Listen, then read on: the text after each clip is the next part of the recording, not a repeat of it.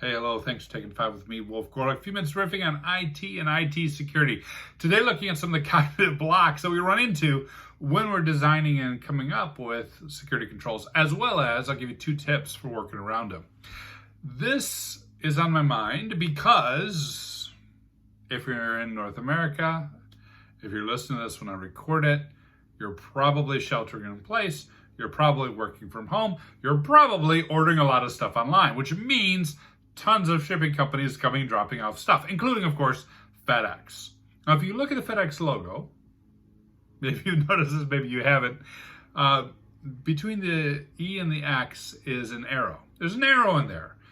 In the 1990s, when Federal Express turned to FedEx, they reached out to a designer called Lyndon Leader, and Lyndon Leader developed the now iconic logo with that hidden arrow. And so many of you don't see it. As a matter of fact, I think only 1 in 4 people on the first glance see it.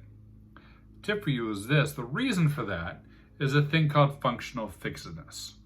We see things as we think they should be. The E looks like an E, the X looks like an X. We don't oftentimes think about things as they might be. E and an X making an arrow.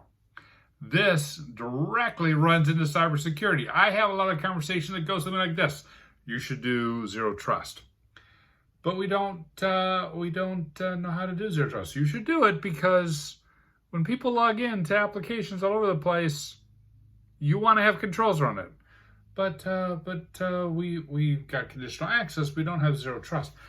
But if you got conditional access, what you're basically saying is that you can put in policies when people access your apps.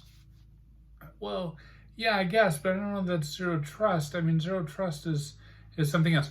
Do you have the ability to write a policy that says, here's where the person is, here's the device they're on, here's the applications they're running, and make some logical decisions about whether or not we trust it? Yeah, I guess so. We could totally do that. All right.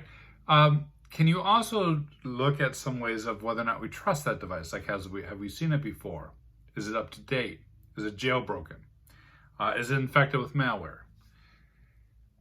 I guess maybe, but I thought we were doing zero trust, and that sounds like conditional access with MDM. Yes, it does. It does.